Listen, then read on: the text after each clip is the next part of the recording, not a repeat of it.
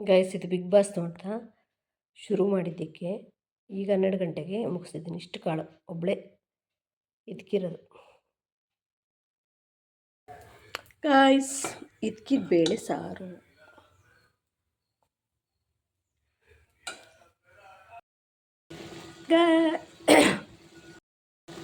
Green chicken ಮಾಡ್ತಾಯಿದ್ದೀನಿ ನೋಡಿ, ಎಲ್ಲ ಗ್ರೀನ್ ಆಗಿದೆ.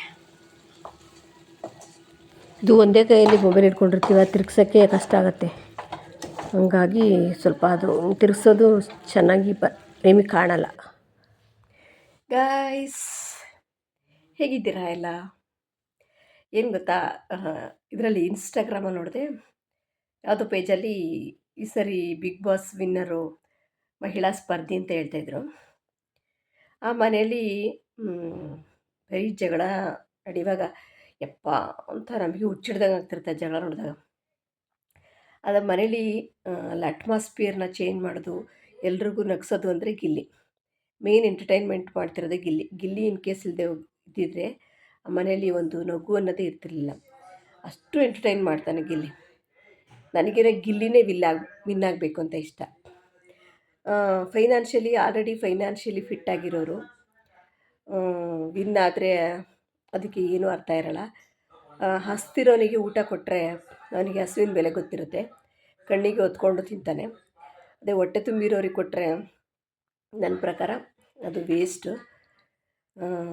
ನನ್ನ ಪ್ರಕಾರ ಆ ಮನೆಗೆ ಗಿಲ್ಲಿನೇ ವಿನ್ ಆಗಲಿ ಅಂತ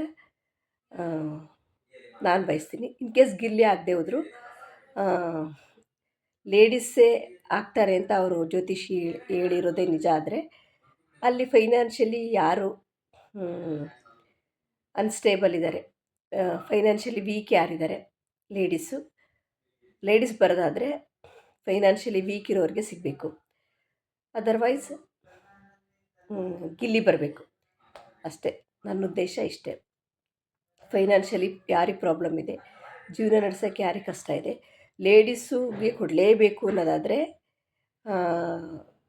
ಫೈನಾನ್ಷಿಯಲಿ ವೀಕ್ ಇರೋರಿಗೆ ಬಿಗ್ ಬಾಸ್ ವಿನ್ನರ್ ಆದರೆ ಅದೊಂದು ಸಾರ್ಥಕ ಆಗುತ್ತೆ. ಇಲ್ಲ ಬಾಯ್ಸಲ್ಲಿ ಗೆಲ್ಲೋದಾದರೆ ಗಿಲ್ಲಿ ಗೆಲ್ಲಬೇಕು ಇಷ್ಟೇ.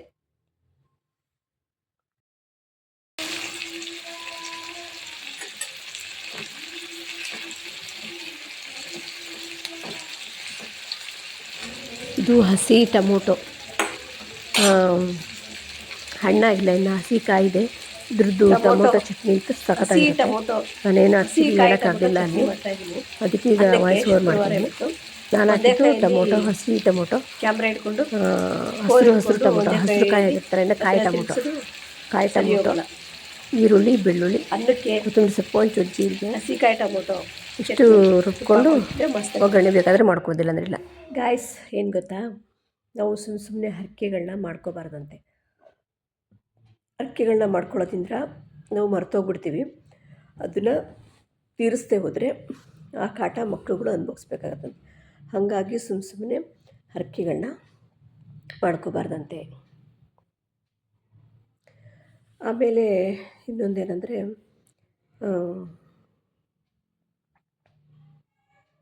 ನಾವು ಬೇರೆಯವ್ರಿಗೆಲ್ಲ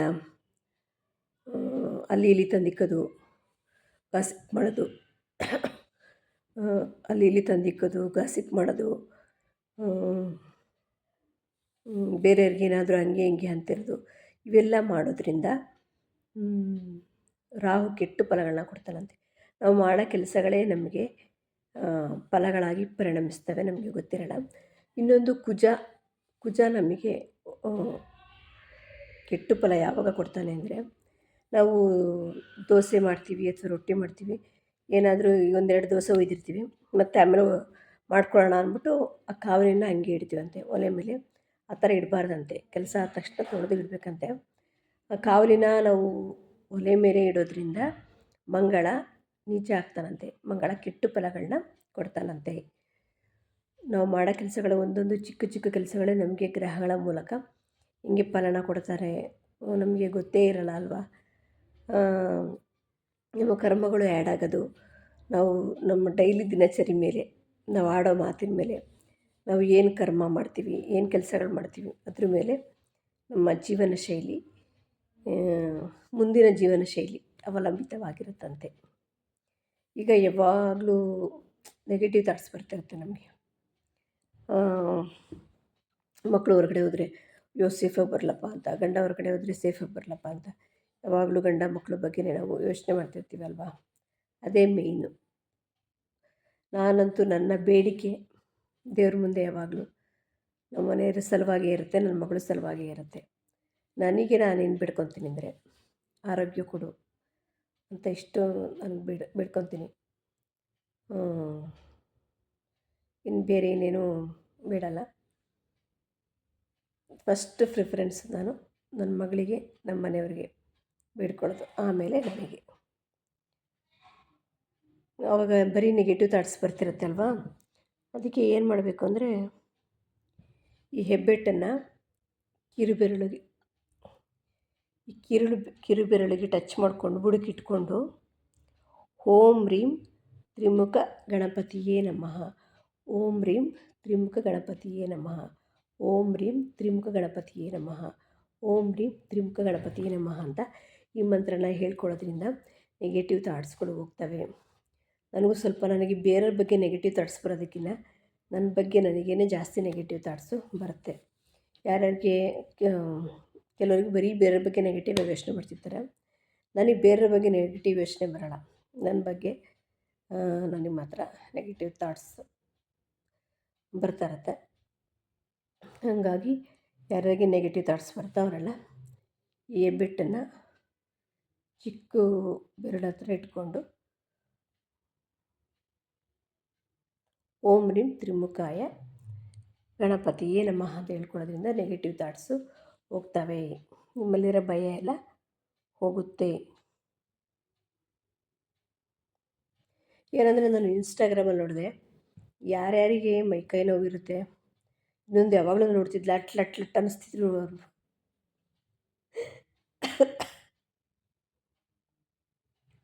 ಲಟ್ ಲಟ್ ಅಂತ ಈ ಕುತ್ತಿಗೆ ಲಟ್ ಅನ್ಸೋದು, ಕೈ ಲಟ್ ಅನ್ಸೋದು, ಕಾಲು ಲಟ್ ಅನ್ಸೋದು, ಅವಾಗ ಜಾಸ್ತಿ ಇನ್ಸ್ಟಾಗ್ರಾಮಲ್ಲಿ ಬರ್ತಿತ್ತದು. ನಾನು ನೋಡ್ತಿದ್ದೆ.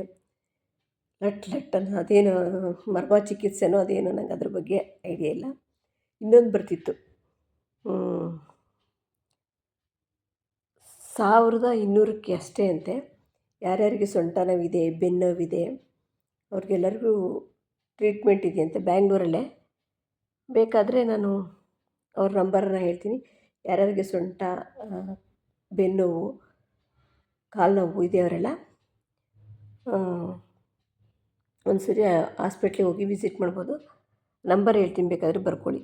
ಕುತ್ತಿಗೆ ನೋವು, ಸೊಂಟ ನೋವು, ಬೆನ್ನೋವು, ಕಾಲು ನೋವಿರೋರಿಗೆ ಬರೀ 1200 ರೂಪಾಯಿಗೆ ಅವ್ರು ಈ ಥರ ಮರ್ಮ ಚಿಕಿತ್ಸೆ ಅಂತ ಮಾಡ್ತಾರಂತೆ. ಲೇಡೀಸಿಗೆ ಲೇಡೀಸು, ಜೆಂಟ್ಸಿಗೆ ಜೆಂಟ್ಸು. ಅದು ಬೇಕಾದ್ರೆ ನಂಬರ್ ಕೊಡ್ತೀನಿ, 9606889557. ಇನ್ನೊಂದು ಸರಿ ಹೇಳ್ತೀನಿ, ಕುತ್ತಿಗೆ ನೋವು, ಕಾಲು ನೋವು, ಸೊಂಟ ನೋವು, ಬೆನ್ನು ನೋವು ಇರೋರಿಗೆ ಬರೀ 1200 ರೂಪಾಯಲ್ಲಿ ಅವರಿಗೆ ಪೇಯ್ನ ಕಡಿಮೆ ಮಾಡ್ತಾರಂತೆ. ಇದರಿಂದ ನನಗೇನು ಲಾಭ ಇಲ್ಲ, ನಾನು ನೋಡಿದೆ ಇನ್ಸ್ಟಾಗ್ರಾಮಲ್ಲಿ. ಅದಕ್ಕೆ ಯಾರಿಗಾದ್ರೂ ಯೂಸ್ ಆಗ್ಬೋದಾ ಅಂತ ಹೇಳ್ತಾಯಿದ್ದೀನಿ. ಇನ್ನೊಂದು ಸರಿ ಹೇಳ್ತೀನಿ, ಕುತ್ತಿಗೆ ನೋವು, ಸೊಂಟ ನೋವು, ಕಾಲು ನೋವಿರೋರಿಗೆ. ಇದು ಬ್ಯಾಂಗ್ಳೂರ್ದು ಅಡ್ರೆಸ್ಸು. ನಾನು ಬರೆದು ಇಟ್ಕೊಂಡಿದ್ದೆ, ಬರ್ಬೋದು ಮೇ ಬಿ ಮೊಬೈಲ್ ಏನಾದರೂ ಹಾಕ್ಬಿಟ್ರೆ ಅಂಥೇಳಿ. ನಾನು ಕೆಲವೊಂದನ್ನು ಬರೆದಿಡ್ತೀನಿ ನೋಡಿದ್ದನ್ನು. 9606889557 ಈ ನಂಬರ್ಗೆ ಕಾಲ್ ಮಾಡ್ಕೊಂಡು ಹೋದರೆ ಸೊಂಟ ನೋವು, ಕಾಲು ನೋವು, ಕುತ್ತಿಗೆ ನೋವಿಗೆ ನಿಮಗೆ ರಿಲೀಫ್ ಸಿಗ್ಬೋದು. ಯಾರಿಗಾದ್ರೂ ಇಂಟ್ರೆಸ್ಟ್ ಇದ್ದರೆ ಅವರು ಮಾಡ್ಕೊಳ್ಳಿ. ನೆಕ್ಸ್ಟ್ ಇನ್ನೊಂದು ಹೇಳ್ತೀನಿ, ಆರೋಗ್ಯ ಮಂತ್ರ. ಇದು ಯಾವಾಗಲೂ ಚಾಂಟ್ ಮಾಡ್ಬೋದು ನೀವು. ಸರ್ವಮಯ ವಿನಾಶಾಯ ತ್ರಿಲೋಕನಾಥಾಯ, ಸರ್ವಮಾಯ ವಿನಾಶಾಯ ತ್ರಿಲೋಕನಾಥಾಯ, ಸರ್ವಮಾಯ ವಿನಾಶಾಯ ತ್ರಿಲೋಕನಾಥಾಯ. ಯಾರ್ಯಾರಿಗೆ ಆರೋಗ್ಯ ಸಮಸ್ಯೆ ಇದೆ ಅವರೆಲ್ಲರೂ ಈ ಮಂತ್ರನ ಚಾಂಟ್ ಮಾಡ್ಬೋದು. ತುಂಬಾ ಈಸಿ ಇದೆ. ಸರ್ವಮಾಯ ವಿನಾಶಾಯ ತ್ರಿಲೋಕನಾಥಾಯ. ಯಾವಾಗಲೂ ವಾಕ್ ಮಾಡ್ತಿರ್ತೀರ, ಆವಾಗ ಚಾಂಟ್ ಮಾಡ್ಬೋದು, ಆವಾಗ ಈ ಮಂತ್ರನೇ ಹೇಳ್ಕೊಬೋದು. ಕೆಲವರಿಗೆ ನಾನು ಇಂಗ್ಲೀಷ್ ಬರ್ದೇ ಇರೋರಿಗೆ ನಾನು ಹೇಳೋ ಮಾತುಗಳು ಅರ್ಥ ಆಗಲ್ಲ ಅಂತಾರೆ. ಅವ್ರಿಗಾಗಿ ಕನ್ನಡದಲ್ಲಿ ಹೇಳ್ತಾ ಇದ್ದೀನಿ. ಈ ಮಂತ್ರ ಯಾರ್ಯಾರಿಗೆ ಆರೋಗ್ಯದ ಸಮಸ್ಯೆ ಇದೆ ಅವರು ಈ ಮಂತ್ರನ ಹೇಳ್ಕೊಬೋದು. ಸರ್ವಮಾಯ ವಿನಾಶಾಯ ತ್ರಿಲೋಕನಾಥಾಯ.